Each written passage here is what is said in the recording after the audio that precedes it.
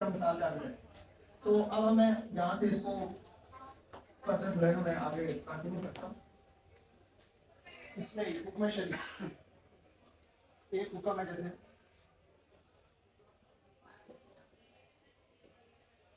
اب ایک حکم ہے لا بننا ہے تو سب سے پہلے جو لا بنایا جیسے انگلش جورسپروڈنس کے اندر ہے لا از دا کمانڈ آف ساورن. کوئی کمانڈ دے گا تو بنے گا. اسی طرح اسلامی کے اندر بھی لا گیور ہوگا حاکم.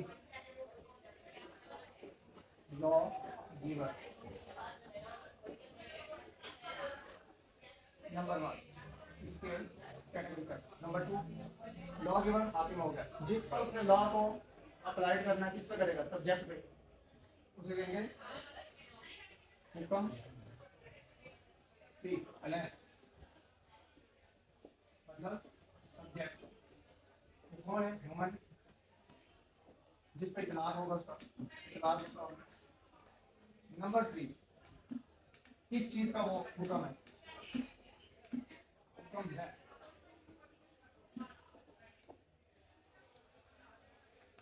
کس چیز کا لا. 3 ہے.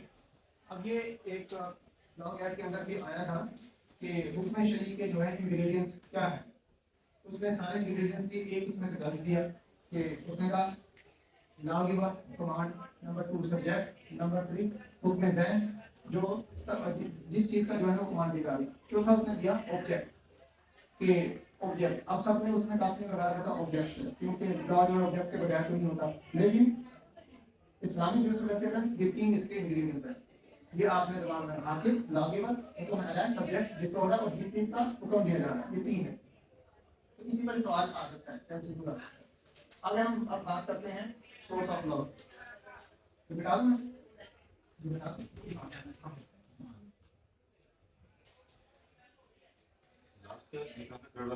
حکم ہے.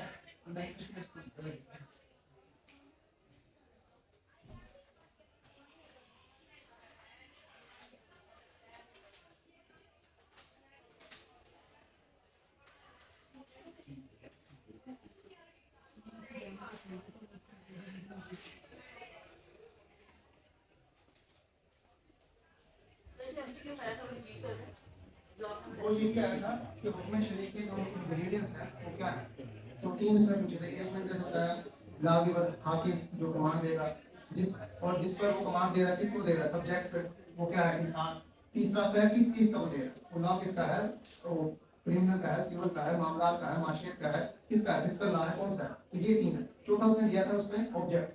تو سوال لگا تھا کہ لا کا کوئی نہ کوئی آبجیکٹ تو ہوتا ہی ہے نا. بغیر آبجیکٹ کے کوئی نہیں بنتا. جیسے اگر آپ کوئی بھی بل دیکھیں نا سائلنٹ کا تو وہ بل ابھی وہ مسئلہ ہے تو آخر میں لکھا ہوتا آبجیکٹ کیوں بنا رہے ہیں ہم. لکھا ہوتا ہے جی ہمیں جو ہم نے سینئر ٹریٹی جو ہے وہ سائن کی ہوئی ہے خواتین کو ٹرائی کے جو ہے نا ہم نے اسپیشل لا بنانے کس وجہ سے بنا رہے ہیں اور یہ وقت کی ضرورت بھی ہے مطلب آبجیکٹ لکھا ہوتا ہے. لیکن اس میں یہ 3 ہے تو اس میں ٹویسٹ کیا ہوا تھا. انگلش میں آبجیکٹ لکھ دیا تھا لیکن 3 ہے. حکم لا گیور حاکم اور حاکم علیہ اور حاکم حکم فعل. چلیں آگے.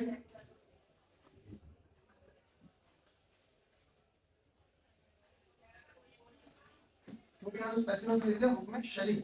حکم مطلب حکم کو مشکل ہو سکتا ہے. شریعت کیا کہتی ہے اور شریعت کیا قرآن سنو. اچھا آگے آئے. اب ہم کریں گے یہ ہم کریں گے آگے اس کی 2 ٹائپ ہے. حکم یہ تکلیفی اور ولی.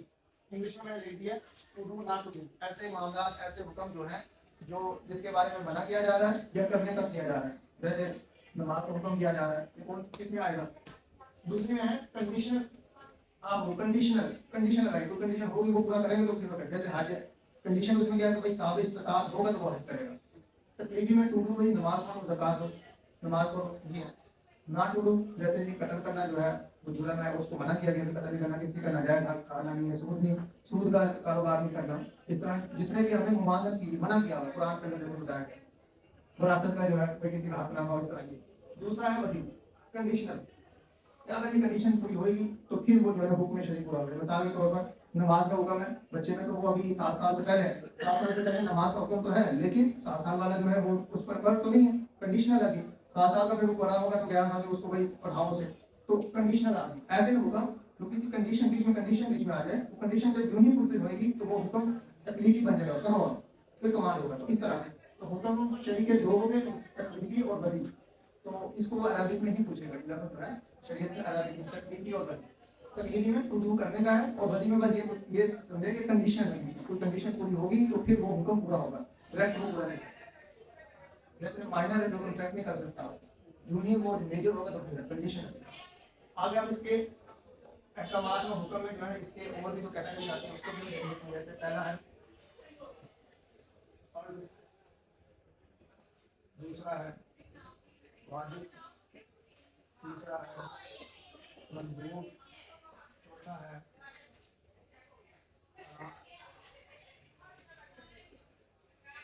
مطلوب، پانچواں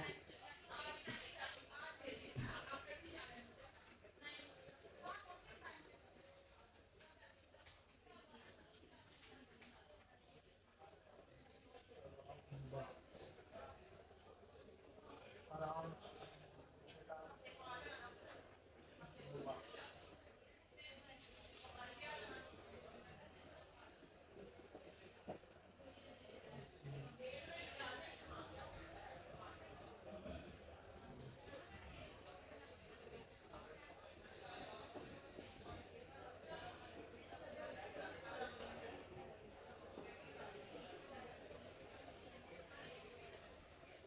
یہ آگے اس کی جو ہے فضل کرے گی۔